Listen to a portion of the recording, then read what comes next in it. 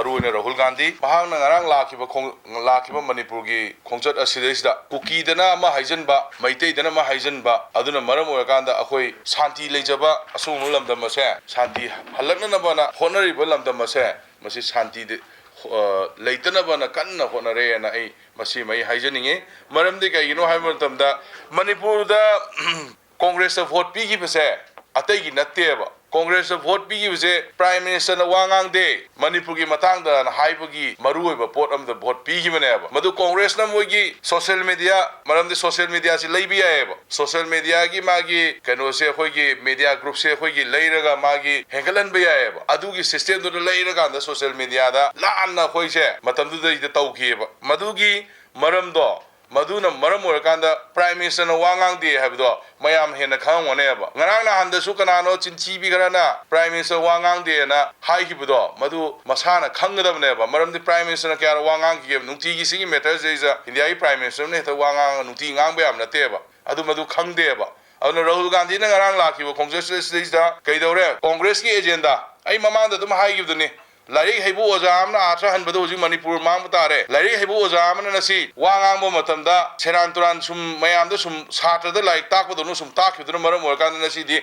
Manipur say, Congress thugaire have a say, but she ain't Mayam the Hajaning, Maram de Makoina, Matamdri the Aina, Hanjana Mayam the Law to give the Masida Congress manifesto da Manipur say, thugaire, Manipur say, separate administration, Piona, Pini and Haibu Wapamse, Masi Yaro and Aina Matamdri the High Wapamse. Nasi di chap chana yengo ITLF ki says the last pera si yaw is mayam pabiro si yaw is ka inova si atha han bai ba oza Manipur yon thoke na khan bo oza adu ma mi sing do madu khana nai na biro Manipur gi lai hebo myam khana nai na biraga amu halapur ya brom tiang bio mohoi manifesto se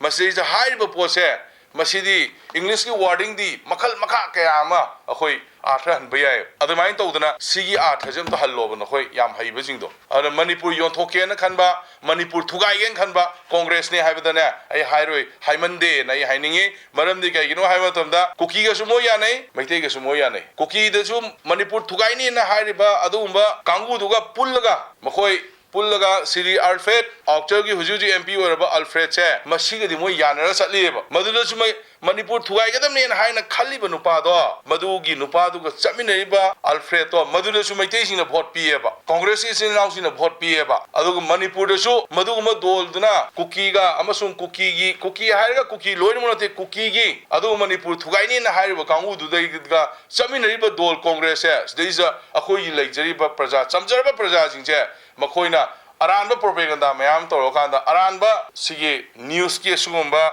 haibetare publicity social publicity gi khudong chaba sing je loga masigi false propaganda sing to rokanda na sidi praja sing na moida vote pi gi ba aduga nasina Manipur thugaina na bugi chap chaba adu ba ngarang gi ITLF ki memorandum da yaure aduna masi kari dogduri ge haibese masi mayam punomona khoi khanmina ba matam laib aduna Congress na tawgada thabak sing tawroida thabak sing mayam mamang da haiba ngame makhoi machine dagi Congress ki matam da mi hat ki de na akhoi da record leine 2000 ka yaden ka abu moi matam da paige adugi matam da hat ki mi machine ka no madugi da mata akhoi government is prosecution sanction pirak pa matam da madu mayam no moina nuaite ne kari gi no ba akhoi jati je sum hadla laga sum muthalaga loisan je habra kuki gi matam da su to gi se kari gi no hojik honorable akhoi ge MP anina hojik masi pakhum pi ba darkar le ba suspension of operation 2008 ta taweba su se karama makhal ga su tawge ba su tawba hai se moina India gi army sing da natraga na khoi public sing da natraga na khoi Indian ki security force in the khud tharaba matam da madu peace leina na ba madu idam ta suspension operation natraga na stop haina tawnari ne ba adu moina su tawgi matam moi masa khangna Indian national nataba National India ki mioi nataba mapan ye mioi singa loina su toiba nasidi akhoi gi lamdam du da vote kariba Chochampur district da vote kariba honorable MLA singje masi mokhoi na hairaga Congress ne insel laga mado nokhoi amta wari sana ba yaro na nasi akhoi go kana gum MLA akhoi gi marak sida founder badile me akhoi gi di Chochampur gi karaiba MLA singje mi mo phone da nasi pa bong na dre me gi tang hung matung da ado Congress na su sing do moi matam da moina moi gi anek pa su oibani na Myanmar de poraga to bo su oibani makoina su jing do hair ga insel laga nasidi akhoi ga paw phone ba ngam de masi akhoi gi praja puno mon khang de masi akhoi na lawi akhoi na hai suspension of operation se masi yaro ena lauri se akhoi ne masi kakthakadam ni haina lauri se akhoi ne ba akhoi ye sarkar sina ne ba nasi akhoi ye assembly se laur kanda decision laur kanda su se akhoi withdraw tawre akhoi toe na hai se akhoi ye sarkar sina topa na te masi akhoi khangde adu chin da pangpha phajaba wangang mana sum manipur kanni haiga di akhoi su wangang leirage kaimta tawdabida wadong ngangba thabo oina tawdaba adu yegadi akhoi manipur se kalakadra akhoi jati ji hingidra indigenous people sing se masigi damuktani masigi jaga ni manipur se indigenous people na tabu singi manipur da jaga leite aduna akhoi di hujisu hona gini nrc hona gini akhoi indigenous people sing kanabo hona matamda inner line permit akhoi sarkar sina mayam da piri chahi ge ano inner line permit mi sigri je chahi ge hona re inner line permit phangna hona matamda aduna si akhoi inner line permit se akhoi sarkar hona inner line permit se phangi jini sina maram orakanda indigenous people sing se protect owner bi tools amani khulai amani maduda natana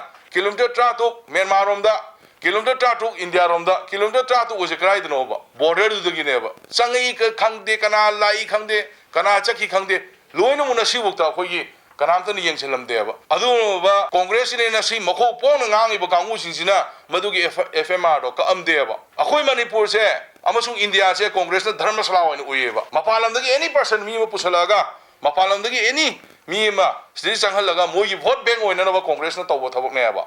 madu dagi congress na dumba chakhai ma mayam sing do khoi gi hai ba sarkar sina amasung BJP sarkar sina si loisil na bo honara po matamda akhoi na si mayam punamuk to wami na ba ne ba aduna masigi post list da makoina FMR akhoi na tawjari ba amasung ILP masigi poche akhoi indigenous people kannana hona matamda akhoi hona jabani aduna akhoi manipur dharma sala ohen be yaroi Myanmar nationalist sanghal laga sdeisa citizenship pibe yaroi madugi damta akhoi NRC tawni natik leraga na congress no khoi NRC tawni hayo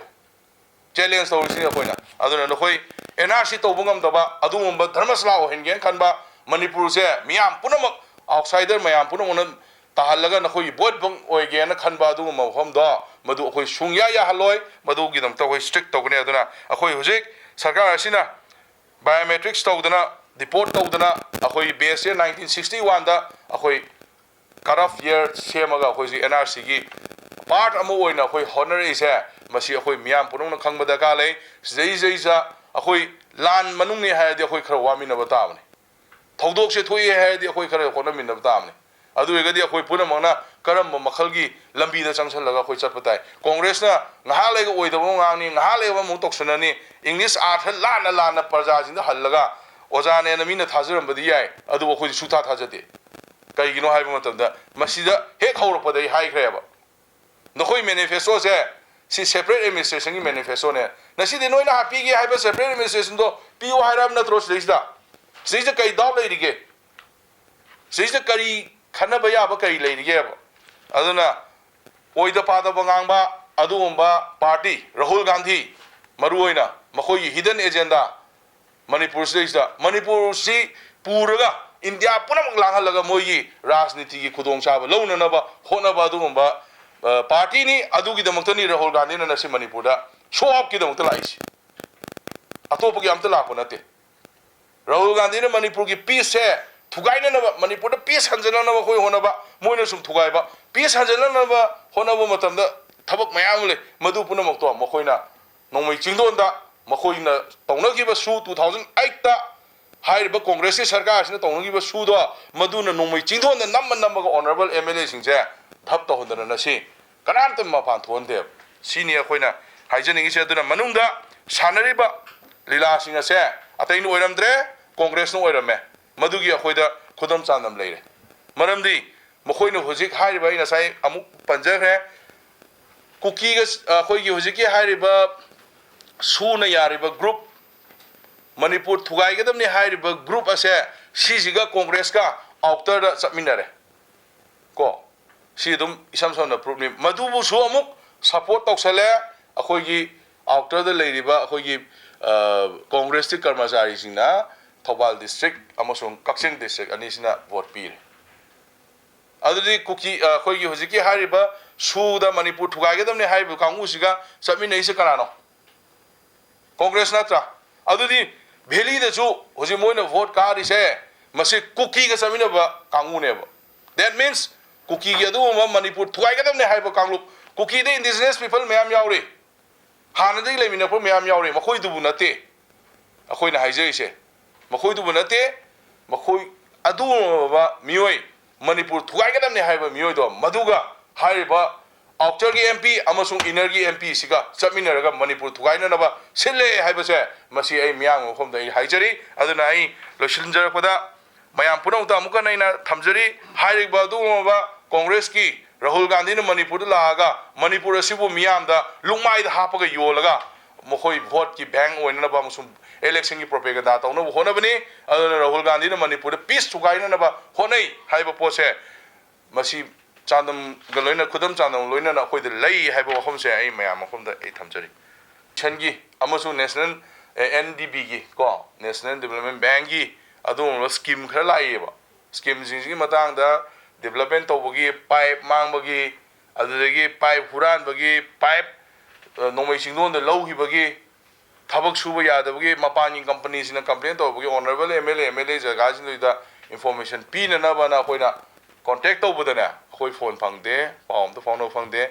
executive engineer gi khoi chief engineer kuthang da executive engineer gi kuthang da koina khoi da pau pibudi